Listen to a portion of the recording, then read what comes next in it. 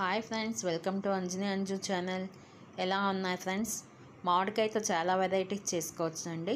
ముందుగా మామిడికాయని ఇలా చెక్కు తీసుకొని చక్కగా తురుము పెట్టుకొని బాండీలో నూనె వేసుకొని ఆ నూనెలో ఈ మామిడి తురుముని వేసుకోవాలండి. మామిడి తురుము వేసుకొని కొంచెం మగ్గనివ్వాలి. కొద్దిగా మగ్గిన తర్వాత బెల్లం వేసుకోవాలి. ఇది బెల్లం మేము చాలా తక్కువగా తింటామండి స్వీట్, అందుకని తక్కువగా వేస్తున్నాను. కప్పుకి కప్పే వేస్తున్నాను. మీకు కావాలనుకుంటే ఇంకొంచెం ఎక్కువ వేసుకోవచ్చు. నేను నల్ల బెల్లం మాత్రమే వాడతానండి, అందువల్ల కొంచెం కలర్ చేంజ్ నల్లగా అనిపిస్తుంది. బెల్లం మొత్తం ఇట్లా బాగా కరగనివ్వాలి. కరిగి బెల్లం మొత్తం కూడా చక్కగా మామిడికాయ తురుములో ఇంకిపోతుంది, కలిసిపోతుంది.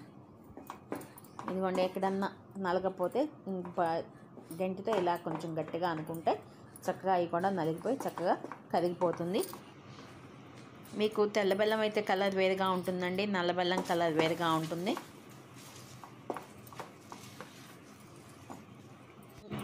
బెల్లం కరిగిన తర్వాత కొంచెం సేపు మగ్గనివ్వాలండి.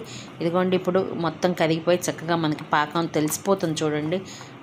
ఎందుకంటే బాండీకి చుట్టూతా పాకం వచ్చినట్టు మనకు తెలుస్తుంది. ఇది మనం ఇప్పుడు తీసి బౌల్లో సేవ్ చేసుకోవటమేనండి. ఆరిపోయిన తర్వాత ఇదిగోండి ఇలా సీసాలో స్టోర్ చేసుకొని ఇలా బ్రెడ్ మీద చక్కగా కొంచెం కొంచెంగా రాసుకొని జాము బ్రెడ్ మొత్తం పెట్టుకోవచ్చండి.